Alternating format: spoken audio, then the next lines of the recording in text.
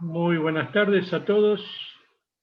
Esta es una nueva charla de Cátedra de Economía Política. Hoy vamos a contar con la presencia del querido amigo Néstor Forero. Su charla es 5.000 años de deuda. Néstor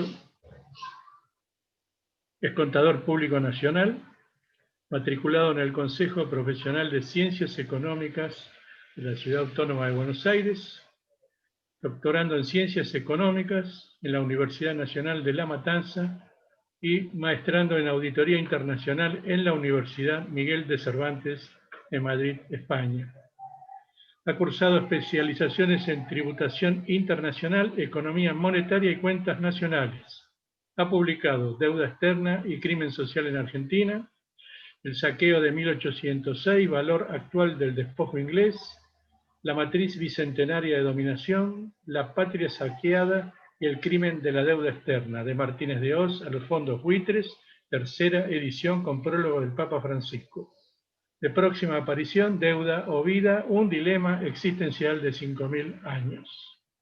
Varios de sus trabajos han sido publicados en universidades de América y de Europa. Ha dado conferencias en la Universidad de Valladolid y en Madrid, España, Milán y Roma, Italia, del Pireo en Grecia y en varias universidades latinoamericanas, donde sus libros componen la bibliografía complementaria en diversas cátedras. Es profesor invitado en la Universidad de Milán y de Valladolid. Es profesor universitario titular de las cátedras de Historia Económica y Pensamiento Nacional Latinoamericano, Sistemas Contables y Economía 1 en la Universidad Nacional del Oeste. Fue adjunto en la cátedra del doctor Julio González en la materia Estructura Económica Argentina en la Universidad Nacional de Lomas de Zamora. Profesor invitado en la materia Deuda Externa en la cátedra del doctor Miguel Ángel Espeche Gil en la Universidad de Buenos Aires. Profesor invitado en la Diplomatura de Historia Argentina en la cátedra de Pacho O'Donnell en la Universidad de Ciencias Empresariales y Sociales. Es profesor de la Universidad Nacional de Lanús, asesor en la Convención Constituyente de la Provincia de Entre Ríos, único contador público independiente que integró el grupo de trabajo que auditó la deuda externa argentina en la denominada causa Olmos II, donde solicitó la nulidad de la deuda externa argentina. Es miembro por Argentina de la Red Internacional de Cátedras y Especialistas en Deudas Soberanas, y ha dirigido congresos nacionales de pensamiento nacional en diversas oportunidades y dado conferencias por todo el país. Bueno, Néstor, estamos transmitiendo y escuchándote con todo placer. Bueno, muchas gracias nuevamente al foro y al instituto por esta invitación. Quiero de alguna manera dedicarle estos minutos y esta alocución a los 44 héroes del ARA San Juan, esas 44 estrellas que tenemos nuevamente en el firmamento azul y blanco. ¿Cuál fue la intención de este trabajo que hoy vamos a compartir? Salir un poco de la coyuntura y para poner las cuestiones fundamentales en perspectiva. Ubicar en tiempo y espacio la problemática de la deuda y su estrecha vinculación con la vida de todo el planeta, hasta conformar un dilema que es deuda o vida. Este trabajo originalmente fue presentado en el Congreso Mundial de Deuda Externa en Belo Horizonte, Brasil, en septiembre del año pasado, y tuvo una buena repercusión porque al día siguiente tuve que repetir la charla en el aula magna de la Facultad de Derecho de la Universidad de Minas Gerais. Sé que lo han publicado en portugués y también en italiano, este trabajo. Y en Argentina lo publicó en una síntesis también la revista Realidad Económica, que es una de las revistas de la Academia Económica más importante de Latinoamérica. Y también la revista Koinon ha publicado una síntesis. Pero como charla pública, esta va a ser la primera vez que se va a dar en nuestro país. Y sin más, les paso a contar y de alguna manera a compartir con ustedes lo poco que hemos podido aprender, pero sobre todo para hacernos reflexionar sobre algunas cuestiones que son permanentes en el ser humano. No voy a hacer las citas, no las vamos a subir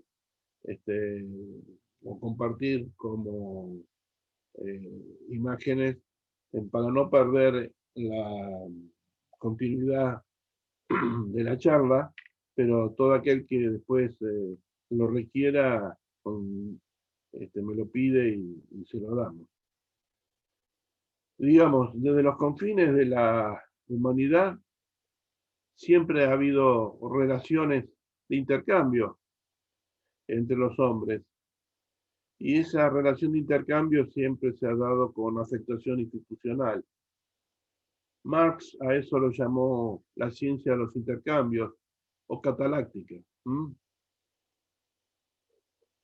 Desde los tiempos más remotos, aún antes de la invención de la moneda, el lenguaje simbólico se dejó constancia de estos intercambios con el asentamiento y el registro de las deudas y sus consecuencias esclavistas que modelaron la vida misma de los pueblos enteros y de lo que tan poco se ha hablado.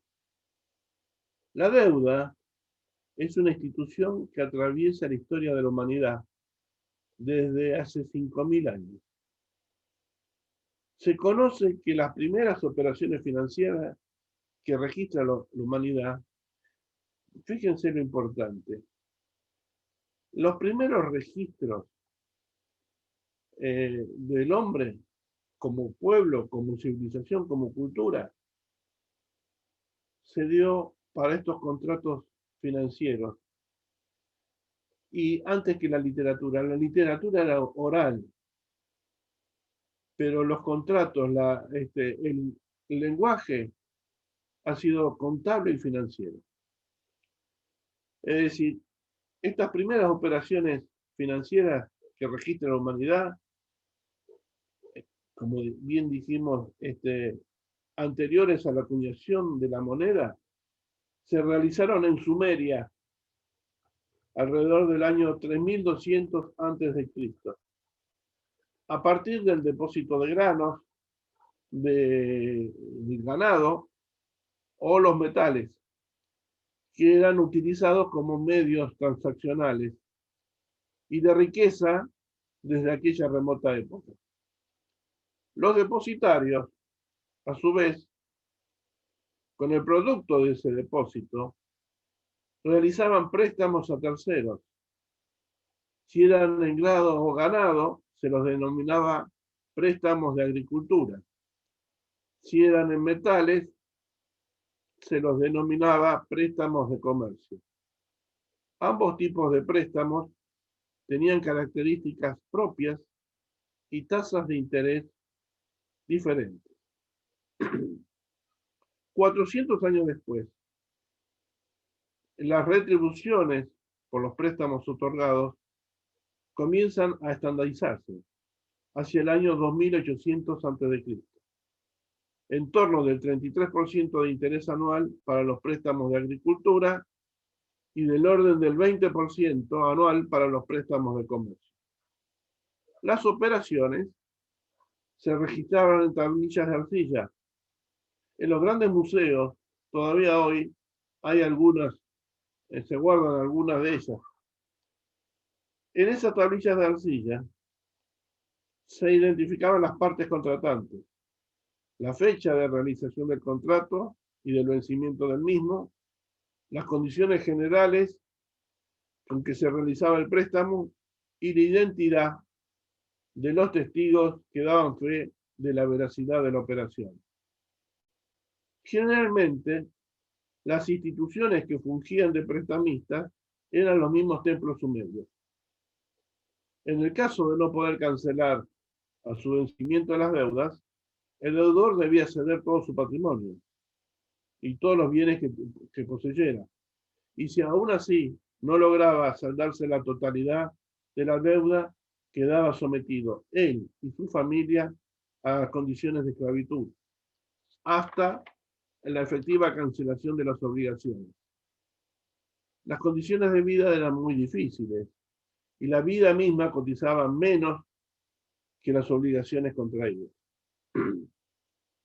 En el caso de los préstamos agrícolas, el deudor esclavo generalmente no era trasladado, sino que seguía trabajando en lo que antes era su tierra, y desde su disposición, el fruto de su labor era destinado para exclusivo beneficio del acreedor esclavista. Estamos hablando de hace 5.000 años, donde el trabajador, donde el trabajo quedaba en manos del acreedor esclavista. Serán los reyes los que, observando esta situación, intervendrán a favor de los deudores. No lo harán por cuestiones de las que actualmente denominaríamos humanitarias, sino políticas, porque la gran cantidad de esclavos disminuía el tamaño de la infantería de sus ejércitos. Y con ello, el poder se trasladaba del reino a los acreedores. He aquí la primera gran división entre poder político y poder económico. La primera condonación de deuda que se tenga conocimiento es la del rey sumerio Edmetena, en el año 2400 a.C., quien luego, después de lograda la victoria conseguida sobre la ciudad de Uma, cumple el compromiso dado a los esclavos, al pueblo que estaba esclavizado, y proclama la Amarchi, que puede traducirse como el retorno a la madre, liberalizando a los deudores esclavos convertidos en soldados. Todavía se guarda el texto que dice: anuló deudas para Lagash, devolviendo la madre al hijo y el hijo a la madre. Anuló la deuda de los préstamos en granos. Anuló las deudas para los hijos de Uruk, de Larse y de Bagu Kilvira, devolviendo a las manos de Inanna en Uruk, a las manos de Utu en Larse y a las manos de Luga en Emush. Edmetena sigue los dictados de Inanna, su dios personal. Es un bello texto extraído de tablillas de arcilla que aún se conservan, en donde el regreso a la madre es un renacer en libertad y volver a ser dueño del fruto de su trabajo y de la vida misma. Es el regreso a Dios luego del infierno de la esclavitud por deudas. Era poner al liberado bajo la tutela de su Dios local. Como las deudas se registraban en tablillas de arcilla, tal como lo hemos mencionado más arriba, la proclama del rey Edmetena halló cumplimiento en el lavado de esas tablillas para disolver su contenido. De allí proviene el origen del término conocido como lavado de las culpas. He aquí la primera intervención estatal en nombre de Dios para aliviar el peso de las deudas y sus consecuencias sobre la vida misma. La siguiente Amarchi fue sancionado por el rey Urunmijina en el 2350 a.C., prometiendo solemnemente al dios principal de Lagash, Ningusu, que nunca dejaría sin protección a los huérfanos ni a las viudas, en lo que sería la primera enunciación de una política social en favor de los desvalidos. Continuando con esta práctica en Babilonia, entre 1880 a.C. y 1636 a.C., se producirán 16 condonaciones de deuda. Solo Hammurabi, célebre por su sanción de su código, proclamará 4 amarshi. En el mencionado código de Hammurabi se acepta el préstamo interés, pero le fija un tope del 33% para el préstamo agrícola y del 20% para los préstamos comerciales. Y en el caso de incumplimiento, la esclavitud del deudor y de su familia se establecía por un plazo máximo de 3 años. 200 años después, comprobada la falsedad de los instrumentos que esgrimían los acreedores, que simulaban contratos comerciales en lugar de los contratos agrícolas, es decir, los contratos comerciales no estaban sujetos a condonación, mientras sí estaban sujetos a condonación los agrícolas. El rey Ammisaduqa documenta detalladamente la condonación de todas las deudas y declara nulos todos los contratos de deuda. Y es el único documento que aún queda de su reinado. Pero esto no era solamente en Sumeria. En la India, el más antiguo de los Rig Veda, los himnos del conocimiento, cerca de 1400 a.C., hacen referencia al tema que estamos tratando. Indra era considerado el dios del cielo y de la guerra, que mantenía separados la tierra del cielo y batallaba contra los demonios que impedían la productividad de la tierra. Ahí leemos en el mandal número 8. Indra sobrepasa en fortaleza a todos los prestamistas y los comerciantes que ven el día. Podría decirse en perspectiva que al comienzo de cada civilización, la usura se hallaba prohibida y que con el transcurso del tiempo, esa limitación irá cediendo. Las leyes de Manu en la India, en 1600 a.C., atenúa esa prohibición, quedando la práctica de la usura como una reprobación moral. Leemos en el libro 3: los usureros deben abstenerse de realizar sacrificio a los dioses. Es decir, se permitía la usura, pero se les prohibía acercarse a los dioses. El historiador griego Diodoro Sículo, en el 90 de Cristo, comenta que Bocón, rey de Egipto, en el 710 a.C., condona deudas y prohíbe la esclavitud por deuda, argumentando que, ya que los cuerpos de los ciudadanos pertenecen al Estado con el fin de disponer de sus servicios tanto en tiempos de paz como en tiempos de guerra, será absurdo que quien arriesga la vida por su país fuera arrastrado a la esclavitud por sus deudas.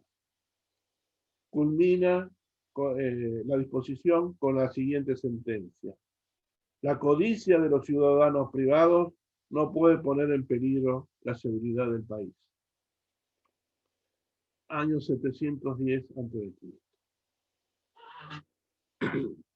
Los gobernantes observaban que el desenvolvimiento económico favorecía la concentración de riqueza en sectores privilegiados, no siempre ligados a sus propios intereses, lo que dificultaba, cuando no ponía en peligro, su propia posición, por lo cual, al disponer la liberación de deudas, se recuperaba un orden social anterior, fortaleciendo la posición de los reyes y la base y alimentación de sus ejércitos.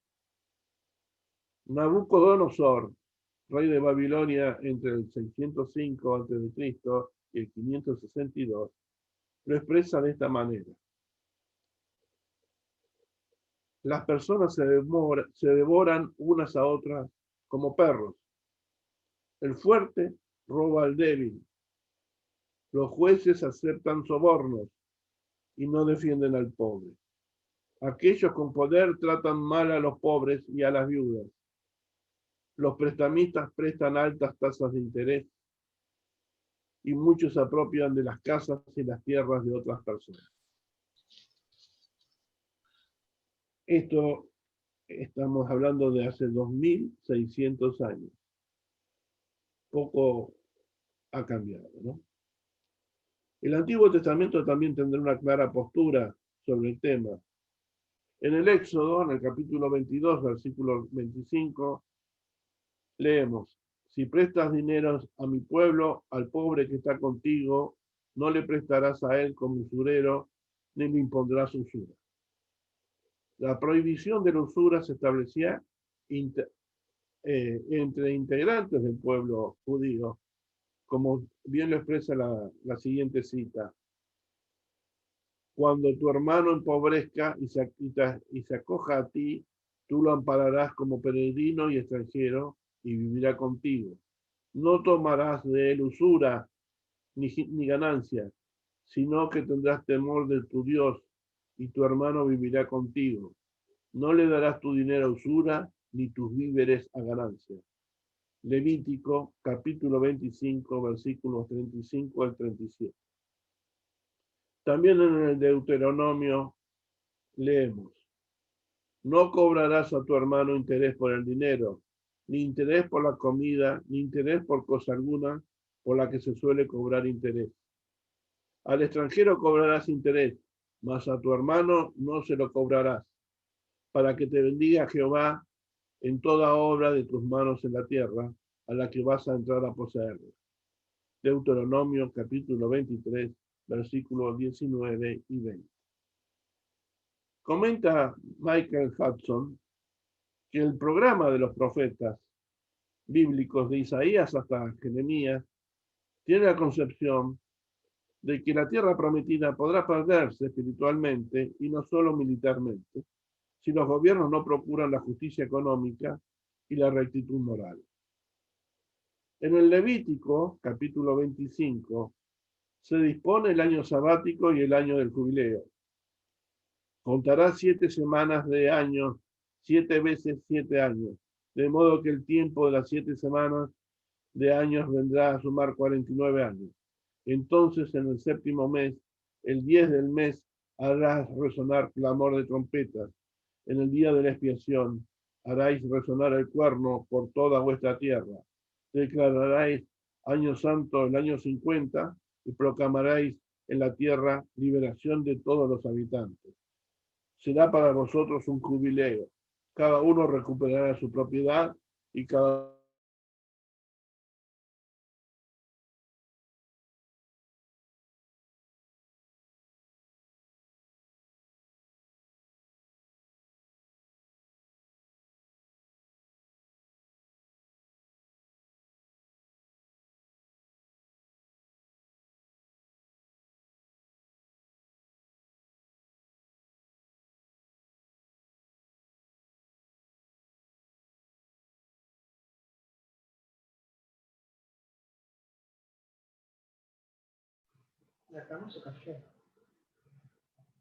Creo que hay un problema de transmisión de Néstor. ¿Puede ser? Sí.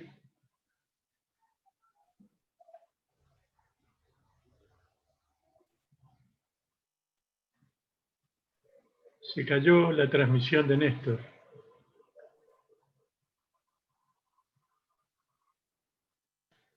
Cuando quieras. Bueno, no sé por dónde se cortó, pero retomemos por el Levítico, que en el capítulo 25 se dispone del año sabático y del año de jubileo. Y dice textualmente: contará 7 semanas de años, 7 veces 7 años, de modo que el tiempo de las 7 semanas de años vendrá a sumar 49 años. Entonces, en el mes 7º, el 10 del mes, harás resonar clamor de trompetas. En el día de la expiación, haráis resonar el cuerno por toda vuestra tierra. Declararéis santo el año 50 y proclamaréis en la tierra liberación de todos los habitantes. Será para vosotros un jubileo. Cada uno recuperará su propiedad y cada uno regresará a su familia. Si se empobrece tu hermano en asuntos contigo y tú lo compras, no le impondrás trabajo de esclavo. Estará contigo como jornalero o como huésped y trabajará junto a ti hasta el año del jubileo. Entonces saldrá de tu casa él y con sus hijos con él. Volverá a su familia y a la propiedad de sus padres, porque ellos son siervos míos, a quienes yo saqué de la tierra de Egipto. No han de ser vendidos como se vende a un esclavo.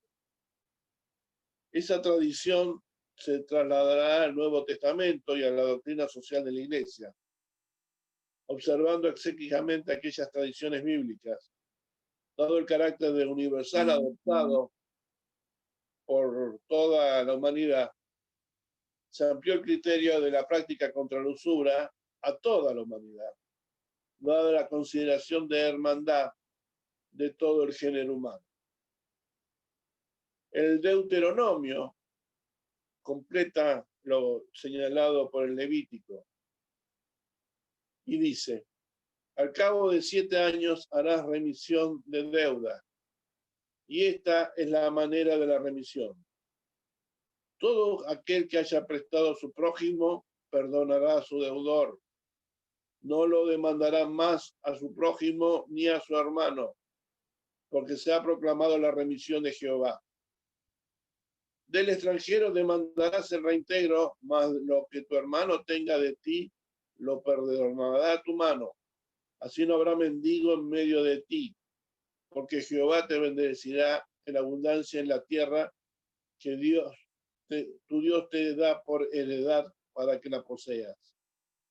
Ya que Jehová te habrá bendecido, como te ha dicho, prestarás entonces a muchas naciones, mas tú no tomarás prestado y te enseñorearás de muchas naciones, pero de ti no se enseñorearán.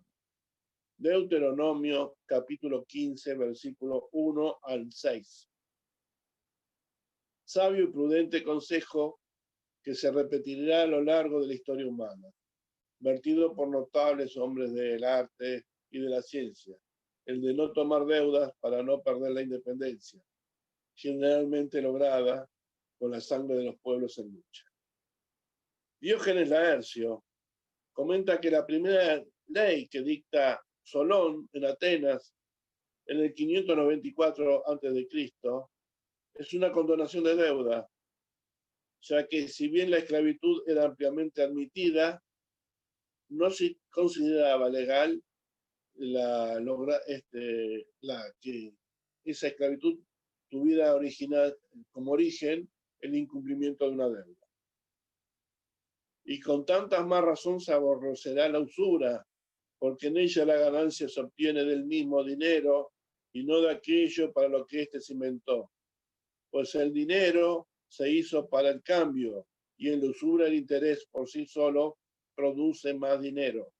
Por eso se llama tokos en griego, pues lo engendrado, triclomena, es la misma naturaleza que sus generadores, y el interés viene a ser dinero del dinero. El interés es el dinero hijo del dinero. De modo que de todas las clases de tráfico, este es el más antinatural.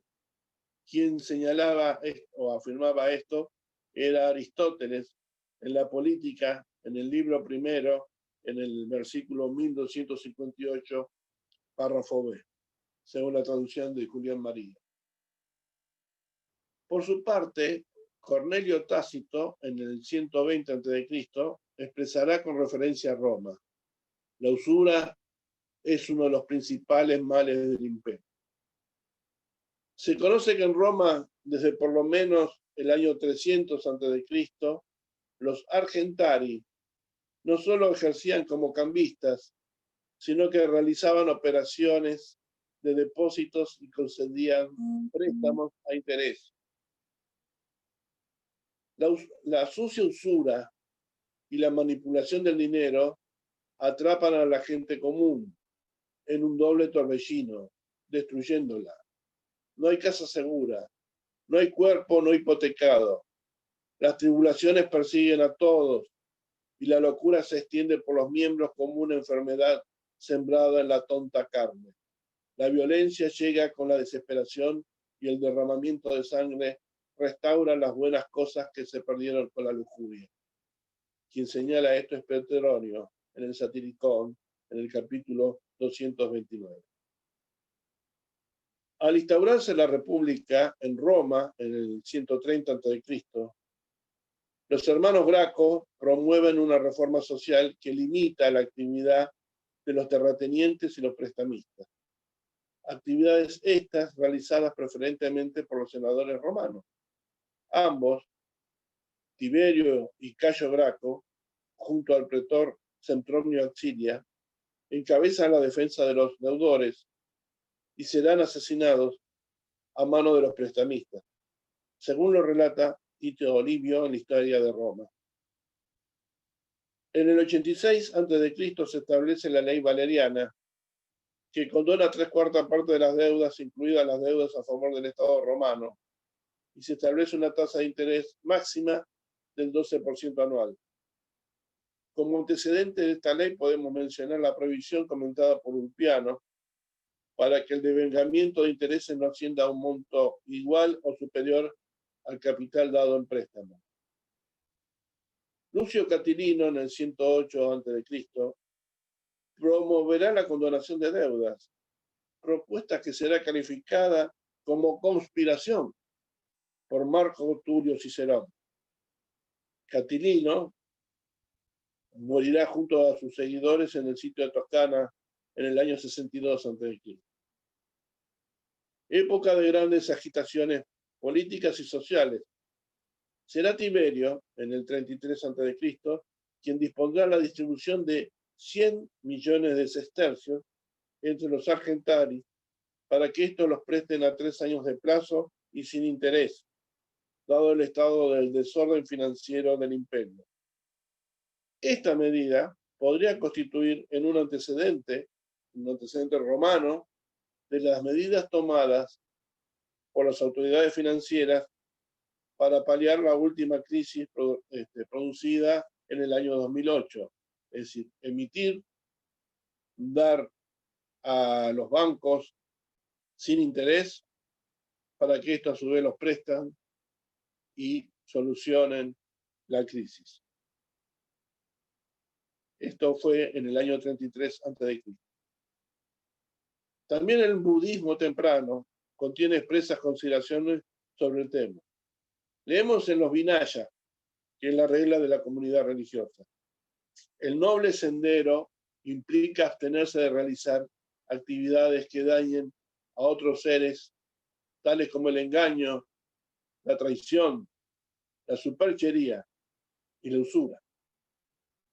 Al pasar el budismo a China, serán los monasterios los que realicen operaciones de préstamo con interés.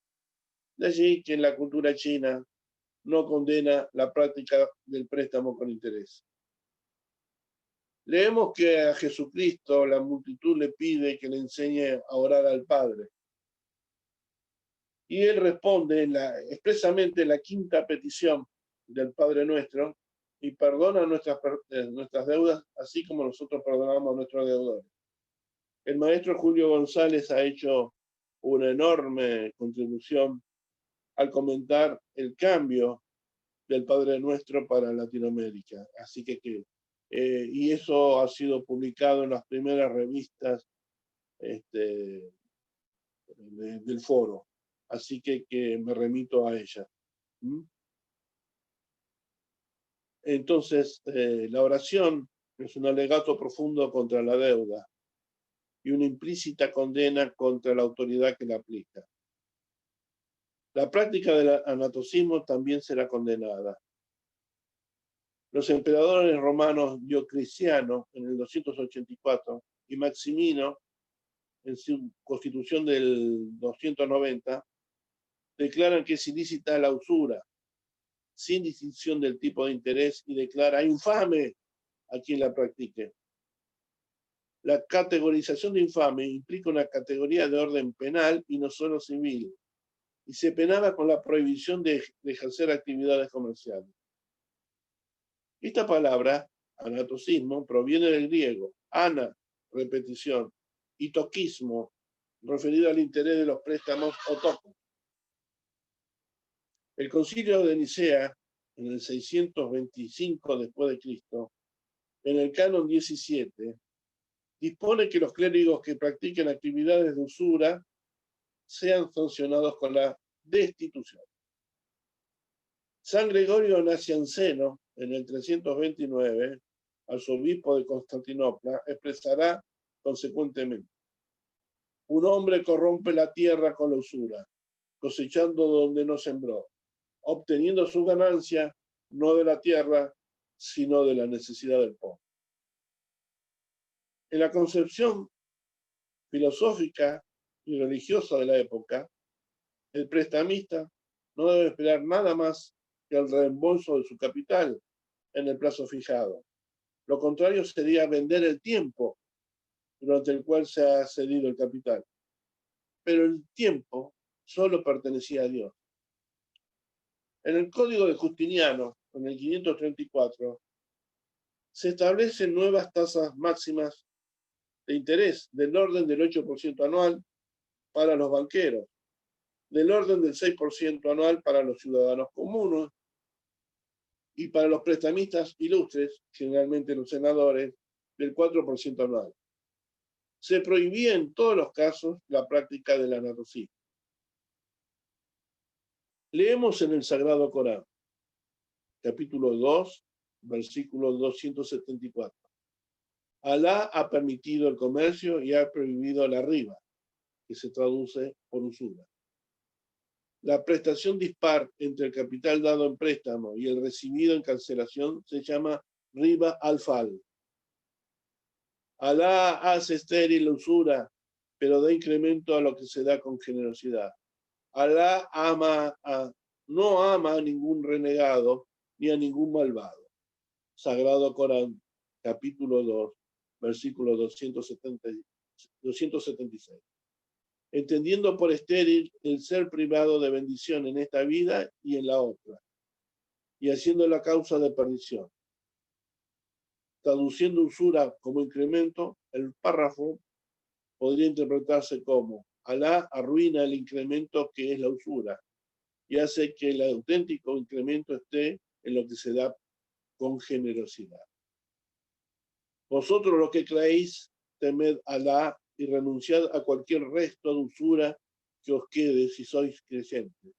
Y si no lo hacéis, sabed que Alá y su mensajero os han declarado la guerra. Sagrado Corán, capítulo 2, versículos 278 y 279.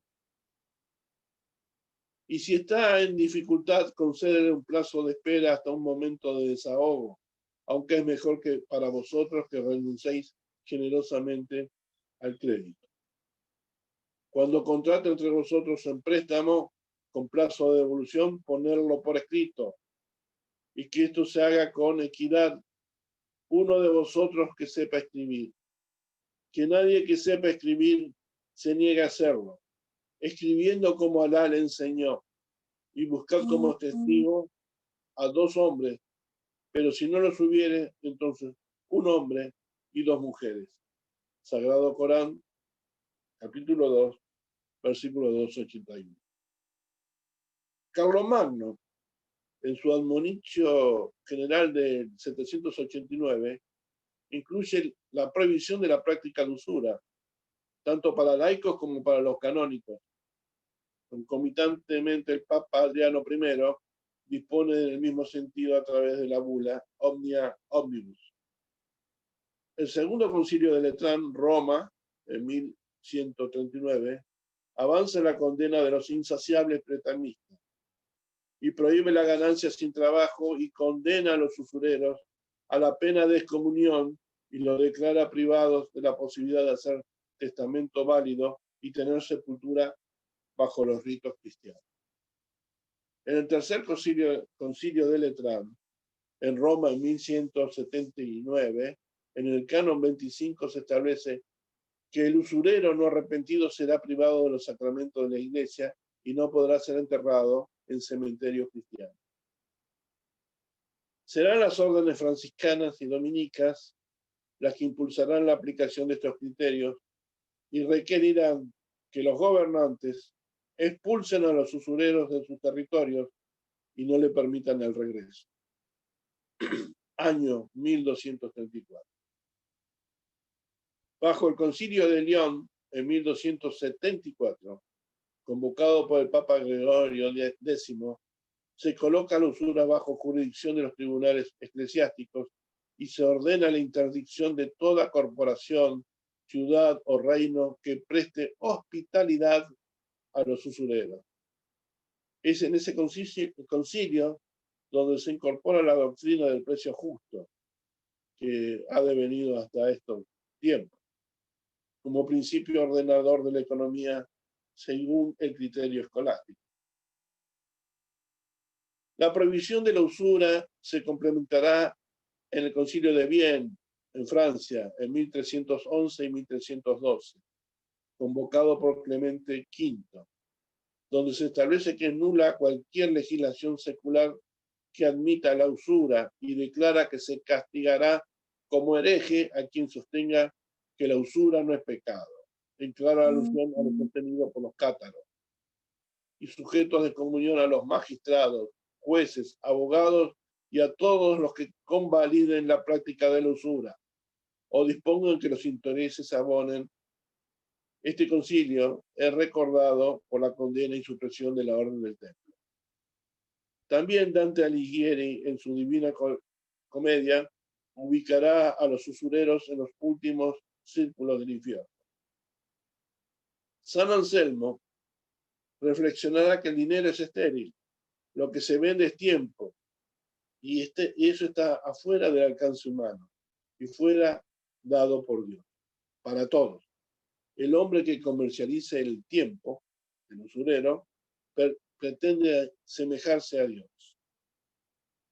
A pesar de estas expresas condenas, el concepto usura ha de evolucionar al paso del cambio conceptual, de fraternidad tribal, basado en el mandato bíblico, a la alteridad universal, donde cada uno es un extranjero frente a los demás, y a la introducción de un elemento simbólico en el comercio entre regiones lejanas, la letra de cambio. El crédito, credere, estará representado simbólicamente por la letra de cambio. Será ella la que transformará las formas de comercialización a distancia. La posterior formación de estados talasocráticos complementará la ruptura y el cambio conceptual. Es el inicio de la escuela mercantilista y su concepción imperial de la economía. La formación de los estados que, apoyados en la corporación, los monopolios, constituidos a sangre y fuego, procurarán el acaparamiento de las riquezas dentro de las fronteras de cada país. Será el Papa Urbano IV, en 1263, quien liberará a los banqueros de la posible excomunión a causa de los préstamos a interés. Ciudades como Florencia, Siena o Venecia verán florecer sus actividades comerciales y financieras a través de la consolidación de los capitales, mediante lo que se dio en llamar monte, y que dejaban de ser contribuciones voluntarias para convertirse en obligatorias conforme a la riqueza de cada aportante, y que producirán un retorno del 5%. Será el financiamiento público de los ciudadanos el que reemplace la recaudación de tributos. Aún hoy, la discusión es, ¿cobramos impuestos o tomamos deuda para financiar el fisco? Con las ferias del siglo XIII al XV se desarrollará el crédito y con ello se constituirán los centros financieros donde compensar derechos y obligaciones producto de las operaciones crediticias y o comerciales. Sirva de mención el rey Eduardo I de Inglaterra, quien en 1275 cedió a los banqueros Ricciardi de la ciudad de Lucca los ingresos directamente aplicados a la recaudación del impuesto sobre la producción de lana, quienes han de recibirlos directamente de los oficiales de cobro, en razón a los servicios de deuda contraídos para con ellos. Igual mención podemos hacer del reino de Nápoles en el siglo XIII, donde los recolectores de impuestos anticipaban recursos a la corona para luego ser compensados con la recaudación. El otorgamiento de estas facilidades produjo el aumento de la influencia de los banqueros sobre la política fiscal de los reinos. Esa modalidad llevó a la concesión de monopolios y protectorados fiscales. La constitución de la escuela mercantilista fundamentará y ampliará razonamientos para tener un sistema imperialista financiero.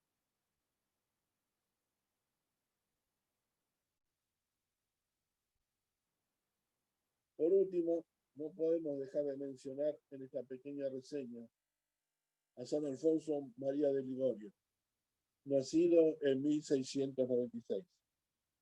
Alcanzó la profesión de abogado muy joven, destacándose por su conocimiento y sabiduría, profesión que abandonó para tomar los hábitos para ayudar a los pobres y combatir la usura. Escribió numerosos tratados y manifestó que la usura no constituye un pecado de no robar, sino que viola el mandamiento de no matar, pues lleva al deudor a la desesperación y a la muerte.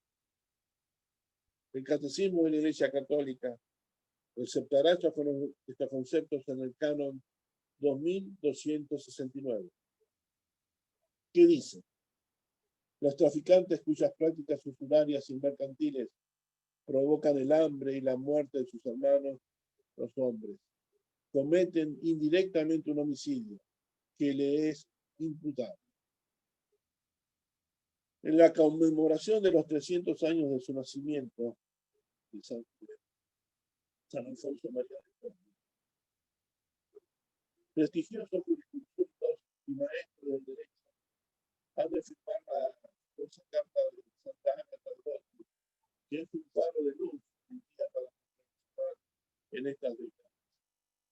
Ese documento central que denuncia la usura, elaborado por la Comisión de Usura y el Débito Internacional, integrada en los principios principales juristas, y que dio a luz su documento el 29 de septiembre de 1997, que sintéticamente reclama el nuevo reconocimiento de los principios de derecho, tales como la buena fe, objetiva de la formación, interpretación y ejecución de los contratos, el abuso o desviación de la libertad por cambio de dolo, culpa o inobservancia de la buena fe, el abuso de los contratos, el desequilibrio entre las prestaciones y la autodeterminación de los contratos.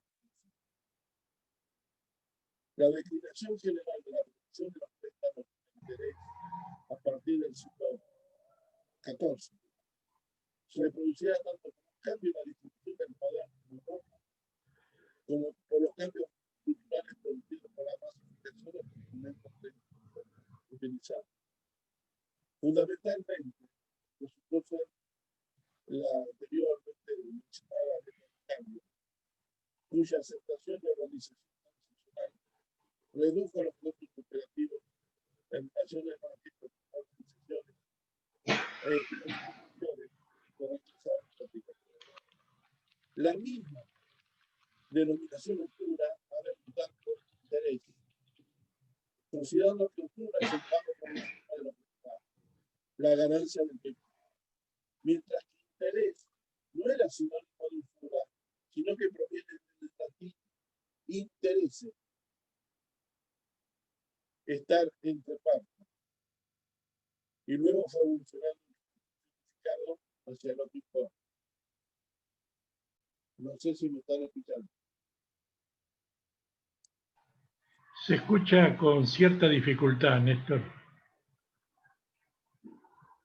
A partir de hace un momentito se empezó a escuchar con dificultad tu voz. A ver si suprimís la imagen, ¿qué pasa?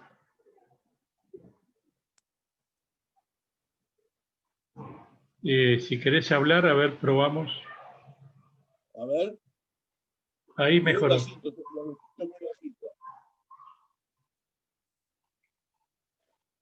Porque lo que dice es que tu banda de transmisión es baja. Eso me está diciendo.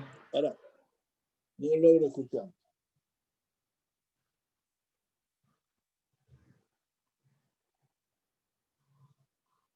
A ver.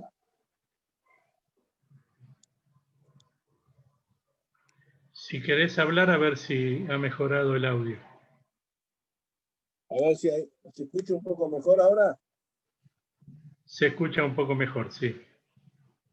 Bueno. A ver.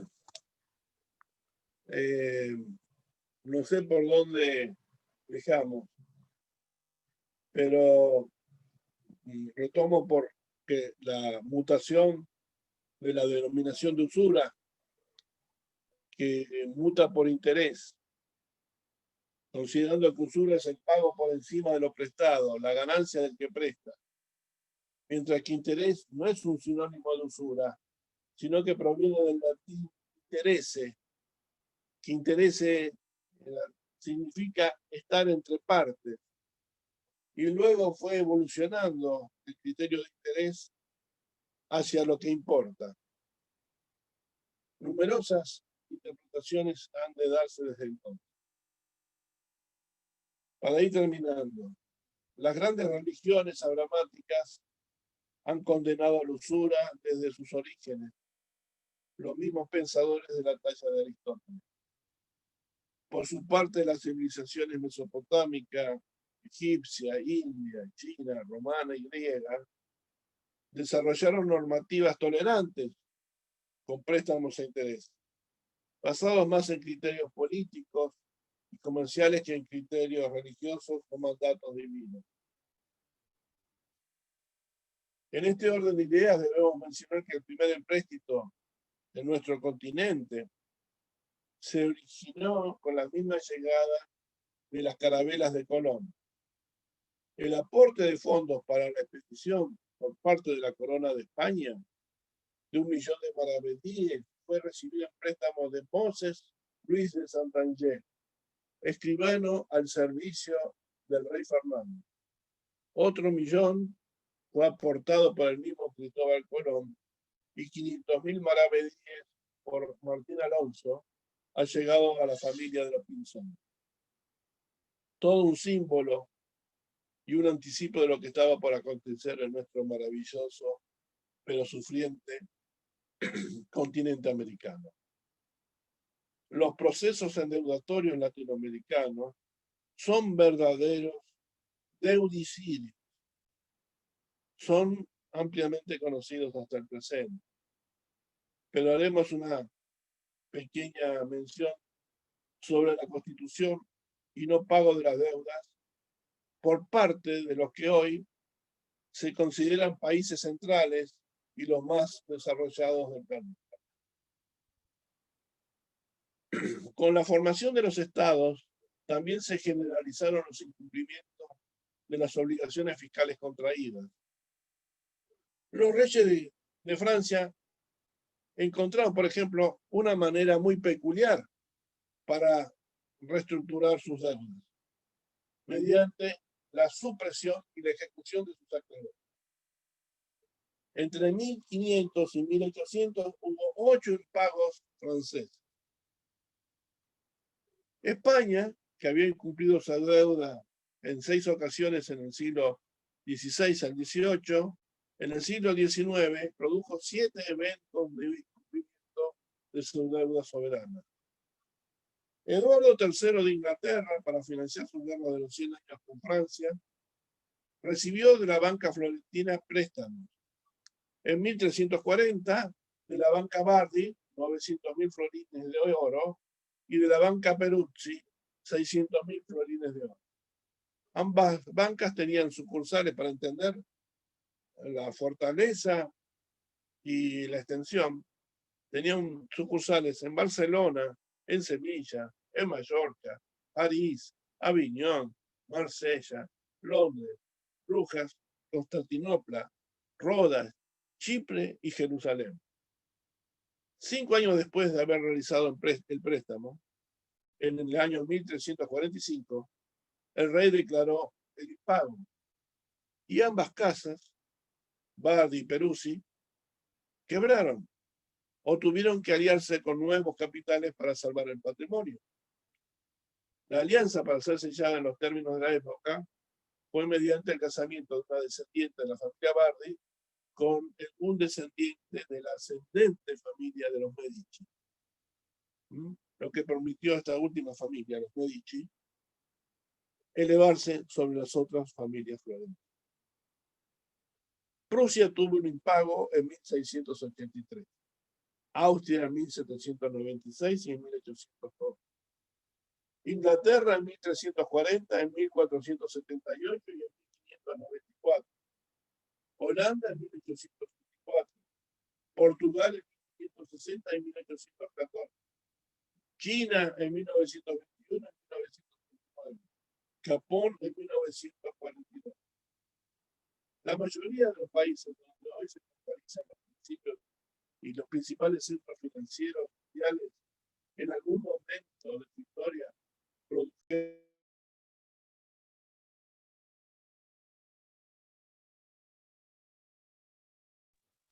pero desde que han absorbido el flujo de fondos de los países periféricos han estabilizado por lo menos sus estados financieros. Pero podría afirmarse que que consolidaron sus estados nacionales a partir de algún impago financiero. Nuestros países llegaron al concierto de los pueblos libres de la mano de declaraciones nominales de independencia, solo reconocidos por las grandes potencias de la época cuando, junto con la aceptación de la declarativa, se formalizaban empréstitos y tratados de perpetua amistad, navegación y comercio, que afectaron desde los primeros días la estructura económica de los países, de los nuevos países. En solo 4 meses, entre 1824 y 1825, 8 de esos tratados fueron suscritos por nuestros países, quedando sujetos a la exportación de materias primas con escaso valor agregado y receptores de empréstitos, que han de incidir por décadas, cuando no por siglos, en el desenvolvimiento financiero de las naciones y la calidad y la vida de los pueblos latinoamericanos. Las condiciones impuestas por los contratos originales y sus reestructuraciones harán que las consecuencias perduren hasta hoy. Casos como los de Venezuela a principios del siglo XX dispararán los alegatos doctrinarios de Carlos Calvo o Luis María Andrade. Los numerosos atropellos sufridos por todo el continente latinoamericano en los últimos 200 años nos lleva a clamar junto a nuestros pueblos por el derecho de justicia. En el libro de Ezequiel, en el Antiguo Testamento, en el capítulo 22, en el versículo 12, señala el destino de los usureros. Soborno has recibido en ti para derramar sangre, y has tomado usura e incremento, y a tus prójimos has defraudado con extorsión, y te has olvidado de mí, dice Jehová, el Señor. Con esto quería terminar esta alocución y darles las gracias por estar hasta este final. Quedo a su disposición para lo que quieran preguntar. Gracias, Néstor. Tengo 2 preguntas ya que se hicieron a medida que vos fuiste exponiendo. La primera es la siguiente. A la luz de la explicación histórica que ha hecho usted, doctor, ¿cuál cree será en el mediano plazo la situación generada del compromiso de los pagos de deuda pública argentina con bonistas privados y el Fondo Monetario?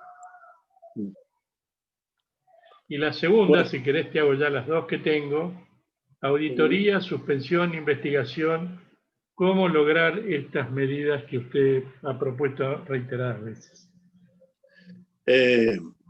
Primero, el mundo hoy, actualmente, antes de la pandemia, tenía un endeudamiento del 340% sobre el PBI mundial. ¿Qué significa? Que el mundo debía 3 años y casi medio, tenía de deuda más que de producción, lo cual hace impagable, porque nadie puede pensar que puede estar un mes sin comer, mucho menos 3 años y medio sin tener ningún sustento ni ninguna inversión para cancelar una deuda que crece en forma exponencial. Actualmente la deuda creció un 10% en el mundo. Es decir, que hoy estamos peor que cuando empezó la pandemia. Así que esto es un problema mundial, no solamente argentino.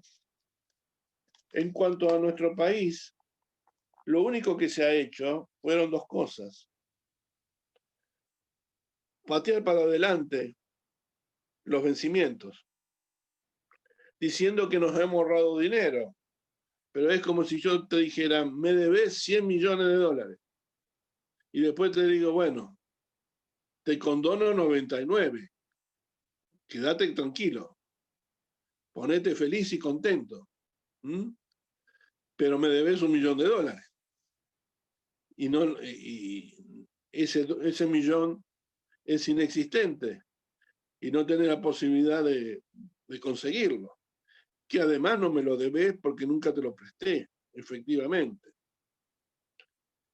Así que algunos alegan que los ahorros que se han hecho sobre la deuda significa, pero nosotros podíamos pagar esa deuda. Esa deuda es legítima. Así que lo que se ha hecho con el canje de los bonos privados, tanto de legislación extranjera como argentina, es patear para adelante para el año 2025, fundamentalmente los vencimientos. Pero ya en el año 2028 es un muro de deuda tan grande que no existe la menor posibilidad de cancelarlo, con lo cual vamos a tener que ir hacia una nueva renegociación. Entonces, ¿de qué se alegraron algunos de los gestores de la deuda durante el gobierno de Macri, que estuvieron felices los primeros días de la renegociación, cuando se llegó a un acuerdo con los acreedores? Y porque se convalidó todo lo actuado en materia de deuda privada durante el gobierno de Macri.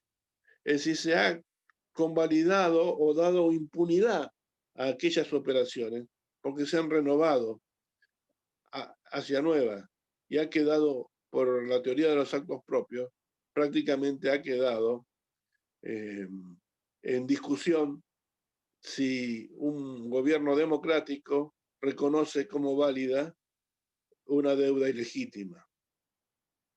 ¿Y por qué es ilegítima? ¿Y por qué es una deuda odiosa? ¿En qué sentido es una deuda odiosa? Porque no ha beneficiado al pueblo argentino. Y la deuda contraída con el Fondo Monetario Internacional tampoco ha servido al pueblo argentino. Ha servido, sí, para fugar fondos, para pagarle a los que se quisieron ir cuando después de terminar con la bicicleta, porque traían los dólares, los cambiaban a pesos, los ponían a tasas inusitadas de interés y el dólar apenas se movía, con lo cual la tasa en pesos se convertía en una tasa en dólares única en el mundo. Eso no se podía sostener por mucho tiempo. Entonces, algunos meses después, se retiraban del mercado, volvían a cambiar los pesos por los dólares y se fugaban.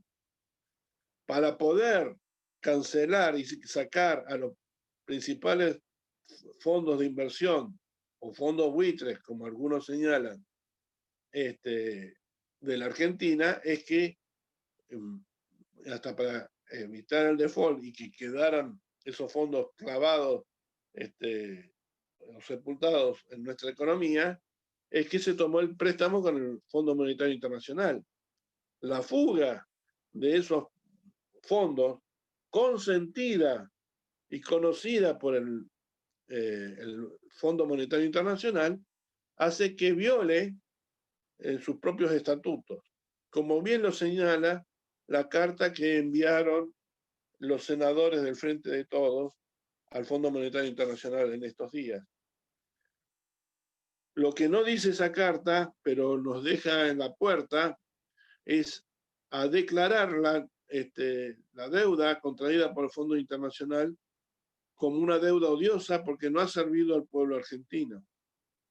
Y eso no necesariamente tiene que ser un dictador el que utilice o contraiga la deuda. Puede ser un gobierno democráticamente utilizado, pero que la utilización de los fondos no sirva a los fines del pueblo al cual ha de mandar. Con lo cual, la deuda contraída tanto por Macri con inversores privados, como fundamentalmente con el Fondo Monetario Internacional, pueden ser considerados deuda odiosa. Pero hay algo más que también lo señala la Carta de los Senadores. Existen 2 denuncias por cómo se contrajo aquella deuda y incumpliendo todos los procedimientos administrativos financieros que requiere la ley argentina. Y uno de esos planteos judiciales hoy está en la Corte Suprema. Yo creo, espero, ansío que alguna vez la Corte Suprema defienda el patrimonio nacional y declare nulo, de nulidad absoluta, el contrato firmado con el Fondo Monetario Internacional por expresa violación de todas las normas jurídicas, financieras, administrativas y contables que requieren una operación de ese tipo. ¿Cómo se puede llegar a ese resultado? Primero, concientizando al pueblo de cuáles son sus verdaderos males o sus males más profundos. Y segundo, con una enorme movilización popular. Única manera que la Corte Suprema y los gobiernos de turno entiendan que no se puede jugar más con la vida del pueblo argentino. Si no tenemos esa conciencia, si no tenemos esa movilización, me temo que la vida de los argentinos quede condicionada por varias décadas más.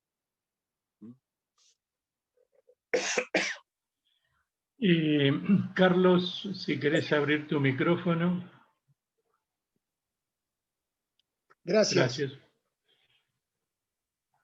Quiero felicitar a Néstor por su brillante exposición. En primer lugar, quería hacerle una pregunta más relacionada, si se quiere, con la coyuntura que con el tema en el marco más general en que inscribió la historia de la deuda. Esa hace referencia, como muy bien expresó en la última acotación, sabemos que la deuda que se contrajo fundamentalmente ayudó a financiar la fuga de capitales a través de ese mecanismo de la bicicleta financiera o conocido más como carry trade. Bien, sabemos también que hay una parte de ese capital golondrina que ingresó que no alcanzó a completar el ciclo. O sea que vino con los dólares, los pasó a peso, fueron a plazo fijo algunos, en ese momento eran las LEBAC, después las LELIC, pero no pudieron completar el ciclo, es decir, salir de los pesos incrementados con una tasa de interés altísima, ya no tenía más el dólar planchado y por lo tanto quedaron, entre comillas, atrapados en pesos. Esa sabemos que es una de las presiones que existió para aumentar el dólar, para la brecha a través de a través del contado con liquidación y otros dólares paralelos, porque esos fondos decidieron salir a como dé lugar. A su vez, el gobierno, creo que erróneamente, decidió permitir eso e incluso emitir los últimos 750 millones de dólares a una tasa de interés, porque el riesgo país también subió, enorme. Algunos hablan, será cuestión de ver, Néstor, ¿qué me podés decir vos al respecto? Hasta de un 16-17% anual en dólares. Por lo tanto, de nuevo se vuelve a patear la pelota, pero incrementando una deuda en dólares para dar salida a los dos riesgos que corrían esos fondos momentáneos, esos fondos golondrina en la especulación financiera. ¿Cuáles eran los riesgos? El número uno es que el instrumento que se usó para capitalizarse en peso fuera abolido, como por ejemplo a través de de lo que se hizo en la época de Hernán García, ¿no es cierto?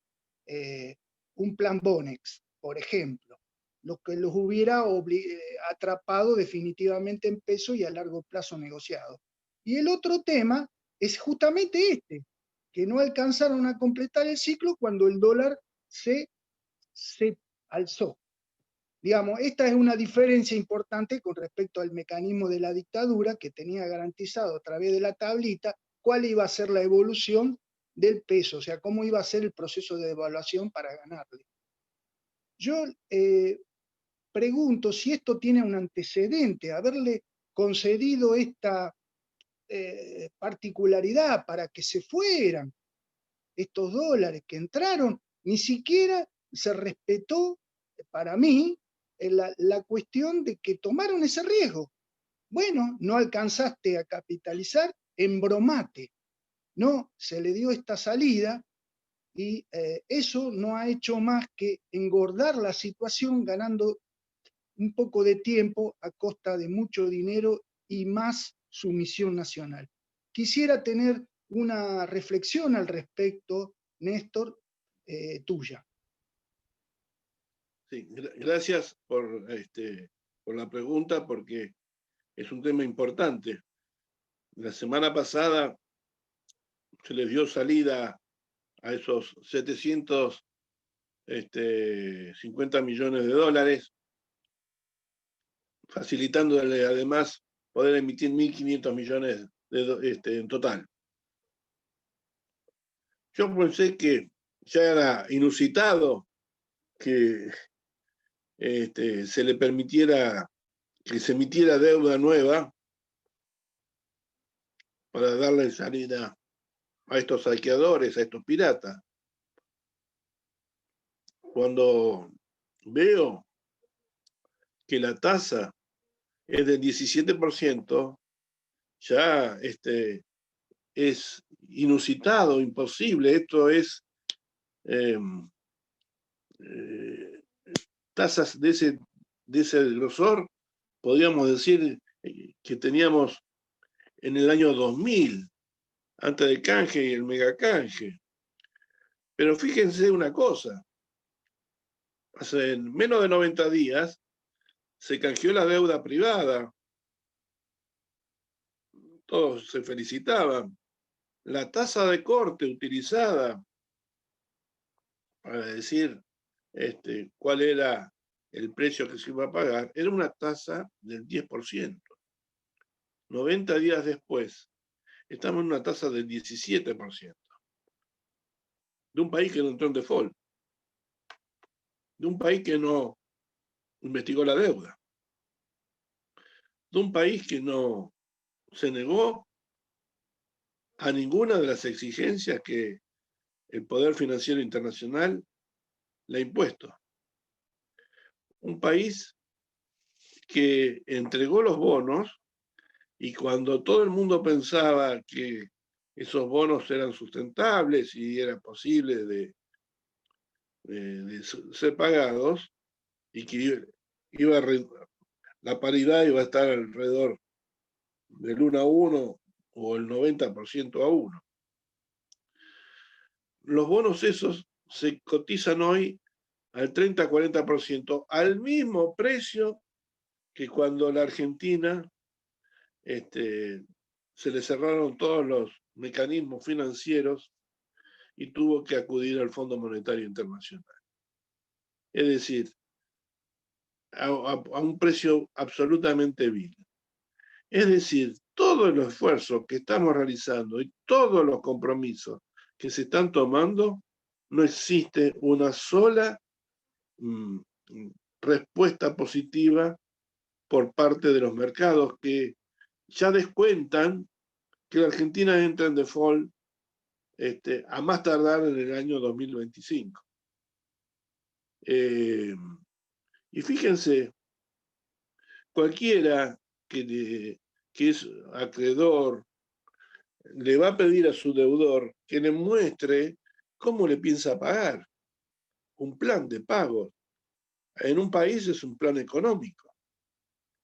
Nosotros no tenemos un plan económico. Y los acreedores aceptaron igual. ¿Por qué aceptaron igual? Aceptaron igual porque de esta manera zafaban del cuestionamiento jurídico que podían tener los bonos originalmente, o los precios a los cuales se habían comprado esos bonos.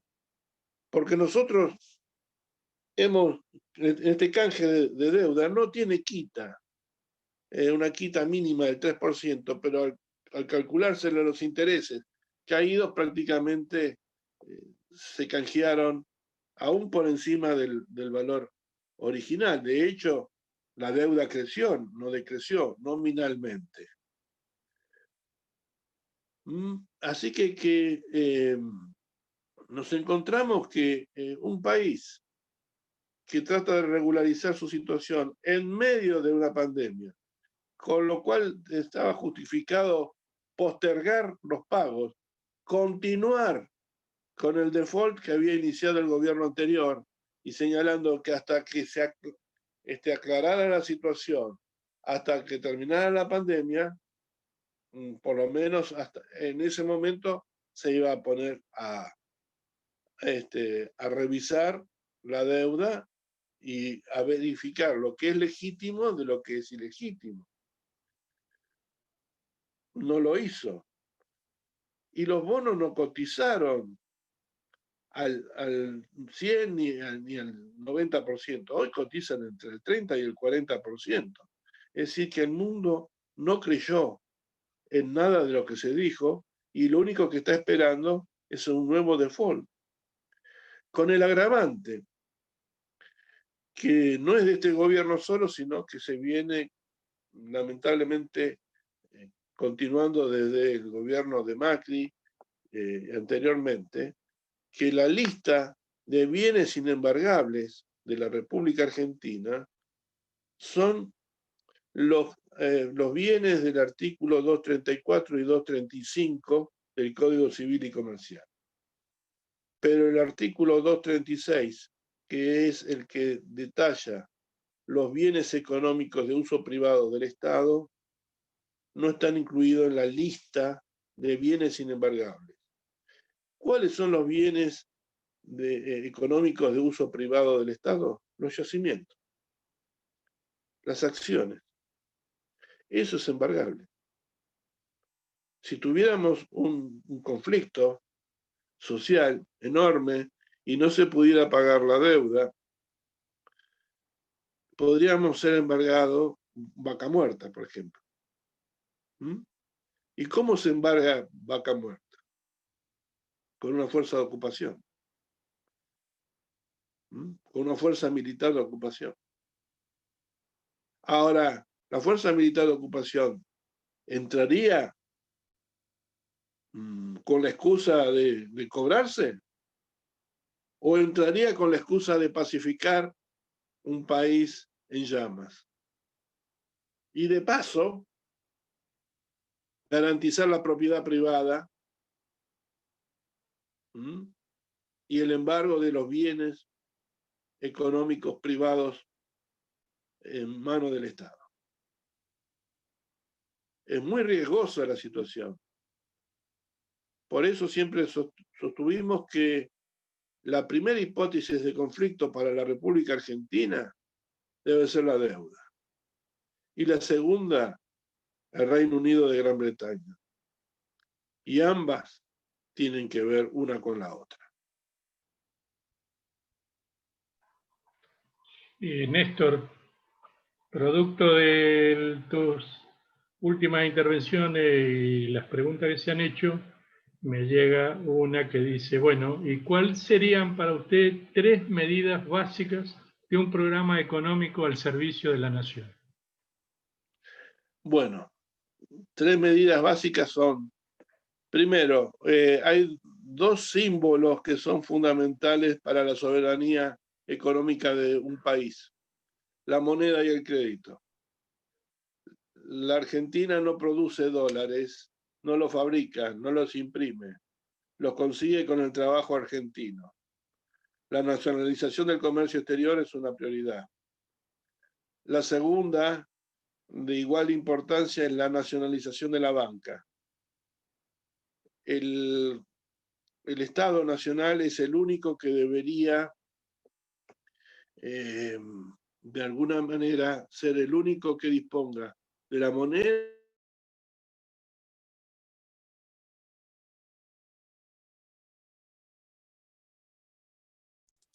La tercera medida tiene que ver con la fuga de capitales.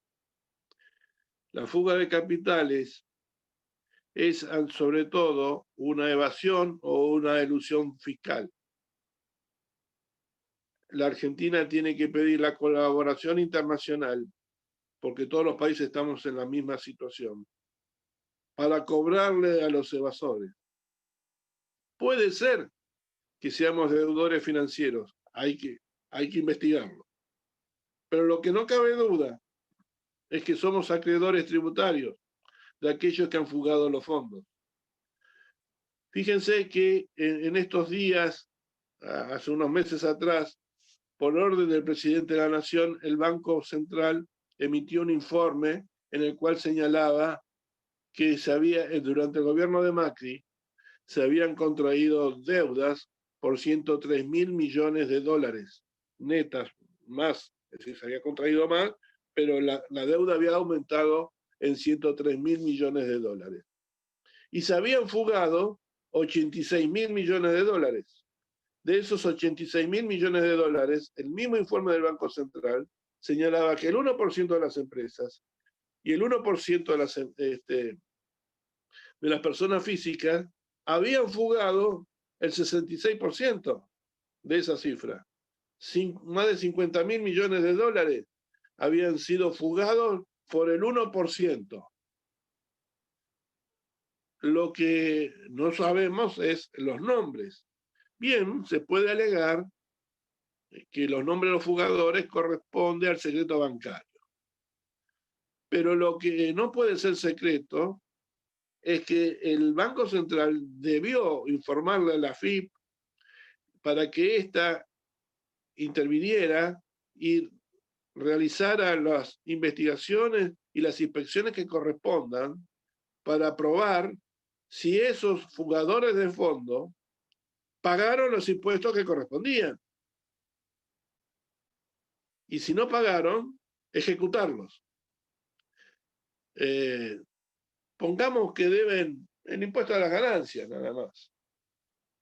De los 57.000 millones de dólares, calcúlenle que nos están debiendo 24 o 25.000 millones de dólares, más las multas que fija la ley de procedimiento, que son de 1 a 4 veces el monto evadido, en un caso, y en otro caso, que es largo, no lo quiero aburrirlos en este momento, tiene multas de 4 a 10 veces el monto evadido. como esto es un problema mundial de evasión, y hay tratados internacionales de colaboración, de cobro, en esta nueva arquitectura mundial tiene que haber una institución internacional que trabaje en dos ámbitos: las deudas financieras de los estados y los créditos tributarios que esos mismos estados con los fugadores de fondos. De esa manera vamos a bajar, vamos a poder pagar las deudas que sean legítimas y tener los recursos suficientes para una nueva estructura financiera mundial. Parece una utopía, pero en el medio está la humanidad con el mismo problema.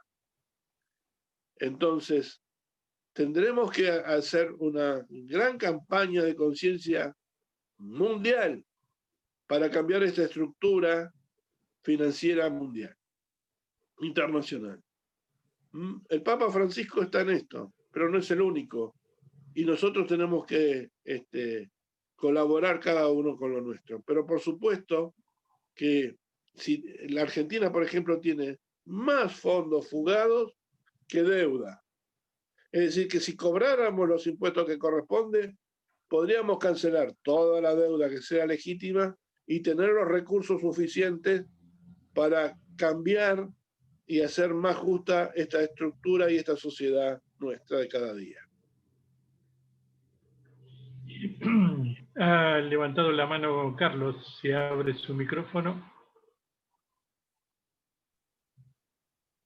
De nuevo, gracias, Néstor. Brillante tu exposición.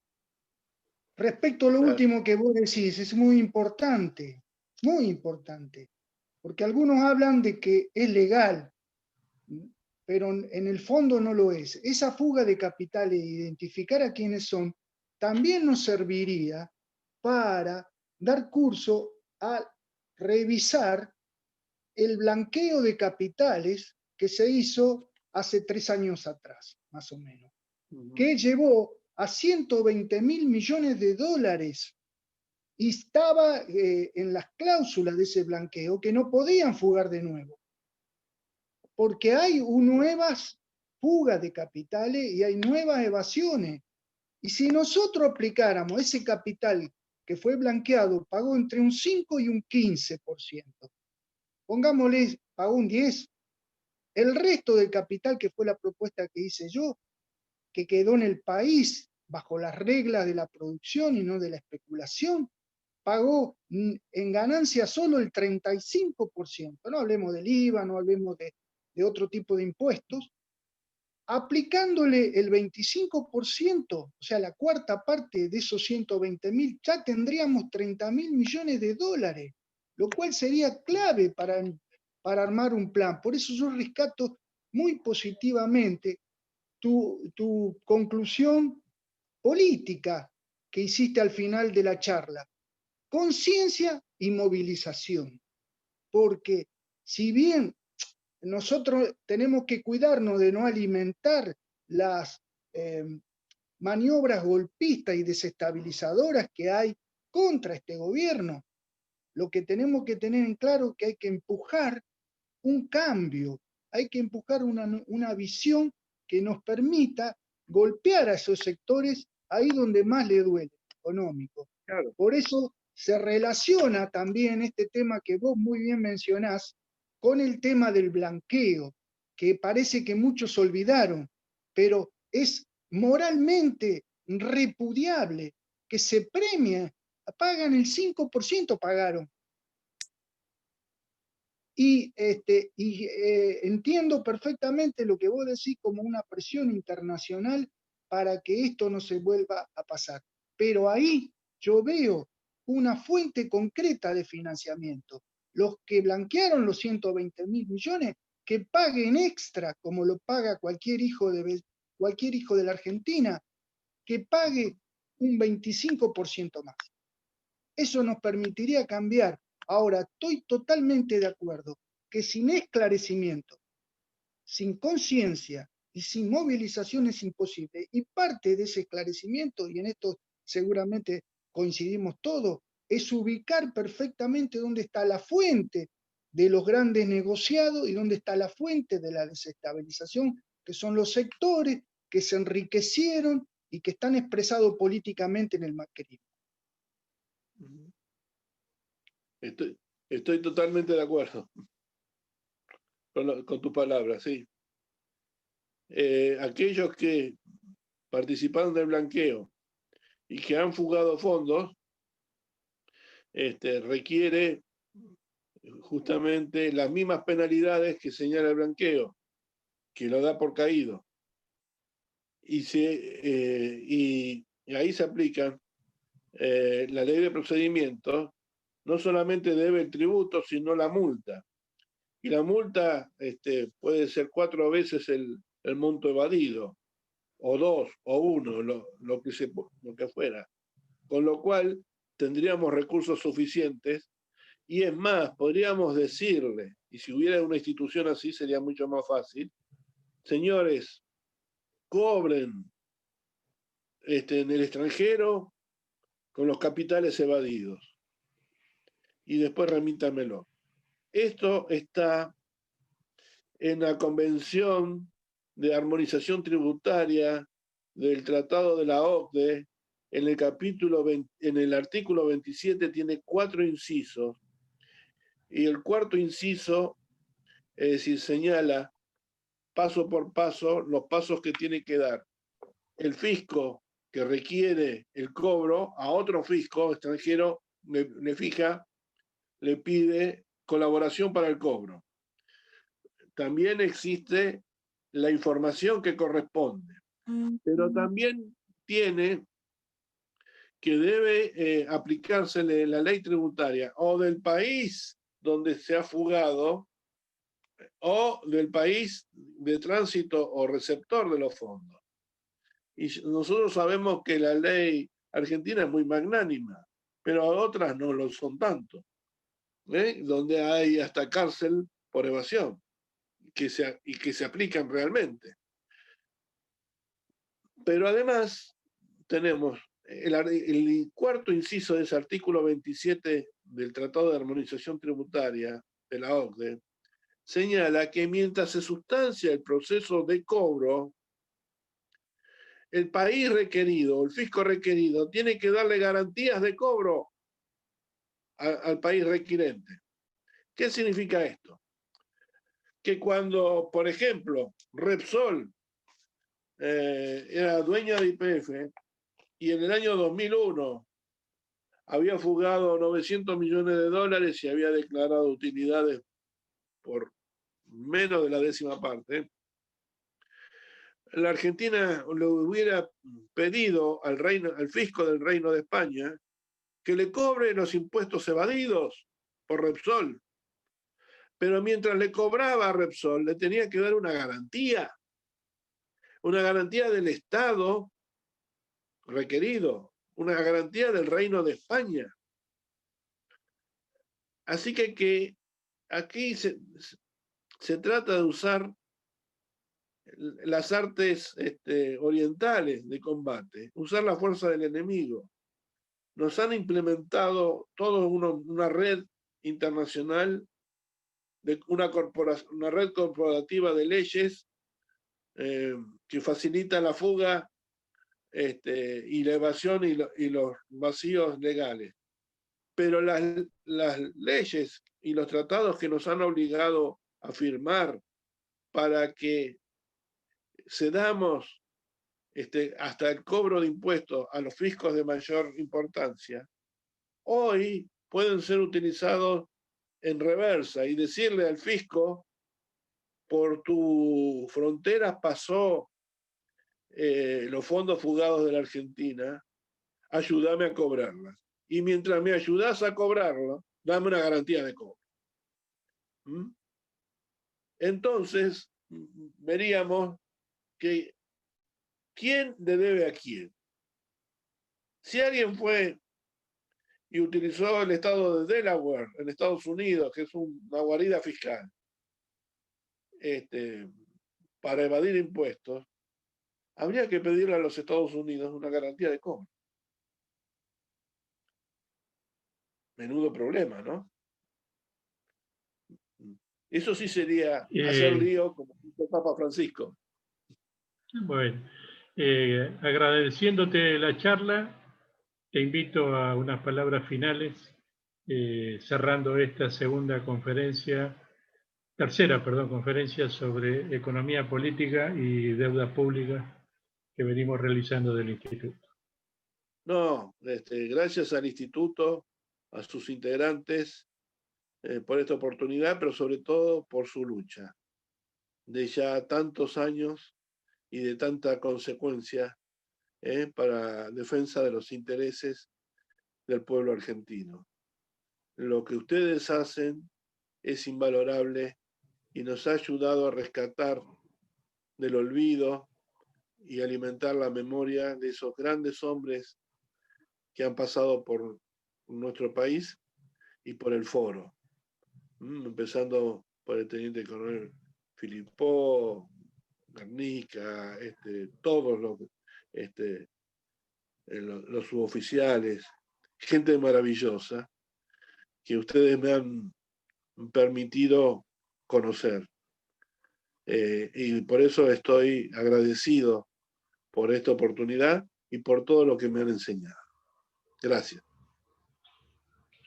Nosotros estamos muy agradecidos y sabes cuánto cariño tenemos por vos, así que te agradecemos las palabras. Los invito a todos el miércoles próximo, si no me equivoco. Héctor Tesey, veterano de Guerra de Malvinas, va a dar la segunda charla en su ciclo de 3 sobre defensa nacional, identidad nacional. Los esperamos ahí y un abrazo, Néstor, y seguimos trabajando juntos. Gracias. Buenas noches a todos. Muchas gracias por acompañarnos. Hermano, chao.